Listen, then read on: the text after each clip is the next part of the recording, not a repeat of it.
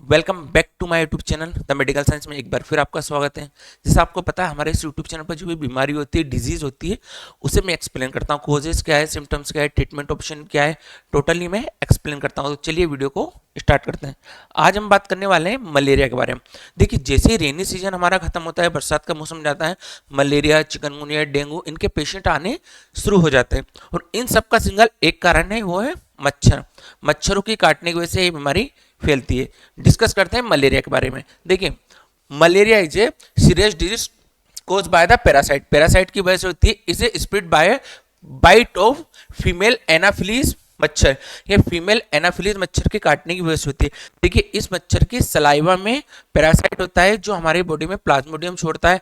Plasmodium से ये liver पर अटैक करता है और लीवर के बाद ये लाल रक्त कणिकाओं आरबीसी तक से बॉडी में खून की होती है। आगे समझते हैं। मलेरिया इज कॉल्ड दुर्पत। इसको क्या कहते हैं? दुर्पत भी कहते हैं। दूसरा नाम इसका ये भी है। Mosquito spread malaria bite after sunset. ये लगभग सुबह के समय आपको ज्यादा काटेगा या सूर्यास्त के बाद, शाम के समय या रात के समय ये ज्यादा एग्रेसिव होते हैं। सेकंड पॉइंट पर बात करते हैं, थर्ड पॉइंट पर बात करते हैं। ये ट्रॉपिकल और सब ट्रॉपिकल रीजन में ज्यादा होते हैं। दैट मीन्स ये अमेरिका, एशिया और अफ्रीका, इन देशों में ज्यादा पाए जाते हैं। होते तो सभी दूर है, लेकिन इन एरिया में थोड़े से ज्यादा होते हैं। बात करते हैं अगले पॉइंट पर। देखिए, जो मलेरिया है, मलेरिया 4 प्रकार का होता है। सबसे पहले Plasmodium wax, Plasmodium oval, Plasmodium malaria और प्लाज्मोडियम फेसिफेरम। जिसमें सबसे ज्यादा डेंजर होता है, जो मैंने रेड अक्षर में किया है, प्लाज्मोडियम फेल्सिफेरम और प्लाज्मोडियम वैक्स। दोनों इंडिया में ज्यादा होते हैं। ठीक है, इसमें लास्ट वाला जो है ये सबसे ज्यादा डेंजर होता है। इसमें पेशेंट की मौत भी हो सकती है अगर टाइमली इसका ट्रीटमेंट ना मिले तो। आगे बात करते हैं। पैरासाइट इन ए ह्यूमन ओकर 2 स्टेज या 2 स्टेज में होता है। सबसे पहले यह लीवर पर अटैक करता है। लीवर के बाद आरबीसी लाल रक्त कणिकाओं में जाता है। ठीक है, ब्लड सेल्स में जाता है और उसको ब्रेक डाउन करता है। इसकी वजह से ब्लड की कमी होती है। लास्ट पॉइंट पर बात करते हैं। जो 5 साल से कम वाले बच्चे हैं, 5 साल या 5 साल से कम जिनकी एज है, या प्रेग्नेंट लेडीज है, या फिर HIV के जो पेशेंट होते हैं, इनको इससे थोड़ा सा सावधान रहना चाहिए। इन पर ये थोड़ा सा ज्यादा गंभीर होता है। ये मॉस्किटो देख लीजिए। देखिए, बीच में से व्हाइट और ब्लैक दोनों से मिक्स रहेगा। इस तरह का मॉस्किटो देखिए, जहां भी देख किल हिम। आगे चलते हैं। एक साइकिल के माध्यम से हम समझेंगे तो ज्यादा अच्छे से आपको समझ आएगा। देखिए, ये मॉस्किटो है, इसने किसी नए पेशेंट को बाइट किया और यह सबसे पहले कहाँ हुआ? लीवर पर। ठीक है, लीवर सेल्स को कम किया। उसके बाद सेकंड स्टेज पर यह गया red blood cells, red blood cells पर गया। ठीक है, इसको इसने ब्रेक डाउन किया, जिससे ब्लड का कमी हुआ। और सेम कंडीशन आगे चलेगी। नया मच्छर आएगा, वो फिर नए पेशेंट को बाइट करेगा और ये साइकिल चलता रहेगा। होप कि यहां तक आपको क्लियर हुआ होगा। आगे समझते हैं सिम्टम्स ऑफ मलेरिया। मलेरिया के क्या सिम्टम्स है, कैसे आप मलेरिया को पहचानेंगे? तो देखिए, fever over 8 to 30 days after infection. Infection के 8 से लेकर 30 दिन के बाद आपको इसका एहसास होगा। फीवर तब आएगा क्योंकि इन्फेक्शन हुआ तो हैंड टू हैंड तो उसका असर होगा नहीं, असर होने में भी टाइम लगता है। सेकंड पॉइंट पर बात करते हैं। देखिए, जैसे आपको फीवर आएगा, फीवर के बाद ठंड लग के आपको फीवर आ सकता है, या फीवर उतरने के बाद काफी ज्यादा पसीना इसमें आएगा।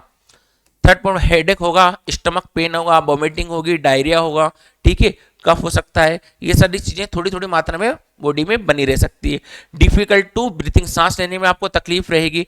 इरिटेशन फील करके आपको नींद नहीं आएगी, जैसे नींद नहीं आएगी। उसके अलावा खाना खाने की इच्छा नहीं होगी, अपच जैसा होगा।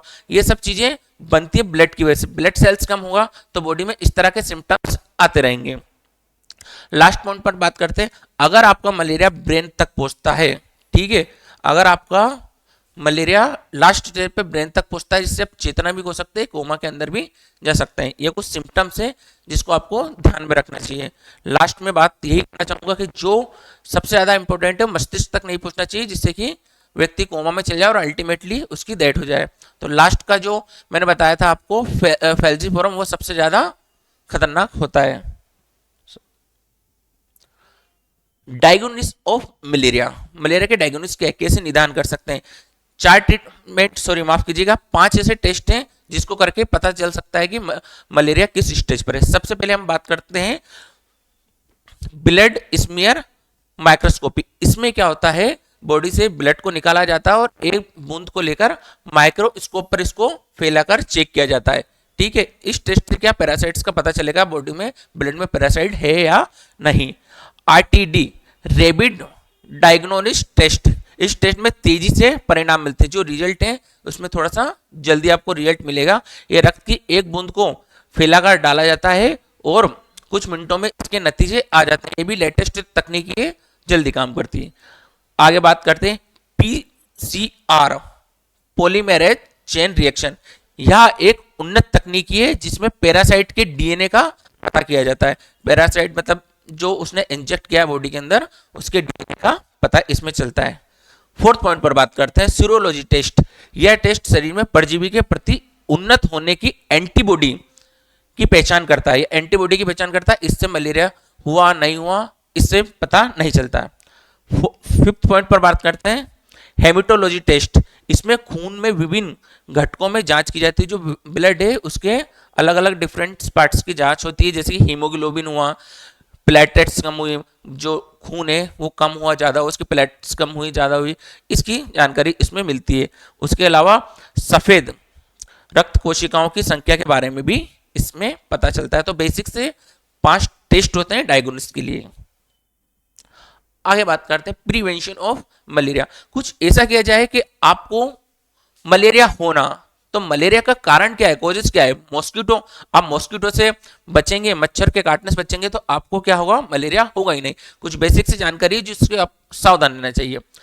मच्छरों के काटने से बचने के लिए खिड़कियां दरवाजों पर जाली लगाना चाहिए ताकि वो अंदर एंटर ना कर सकें।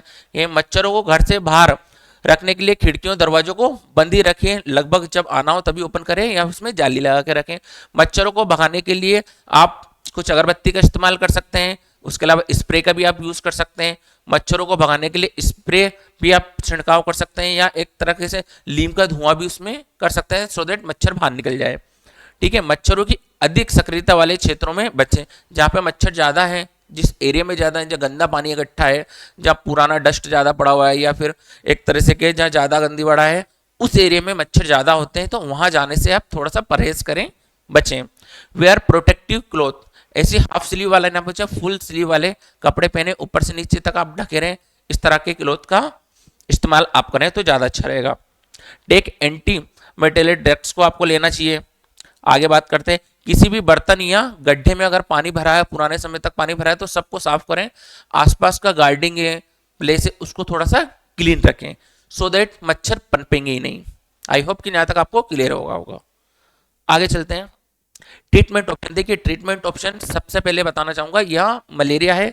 मलेरिया का इलाज जो है वो हॉस्पिटल में ही होता है, ठीक है। लेकिन हम आपको बता सकते हैं, सजेस्ट कर सकते हैं कि सिम्टम्स के बेसिस पर आप क्या ले सकते हैं, लेकिन यह सिर्फ आपके नॉलेज के लिए है।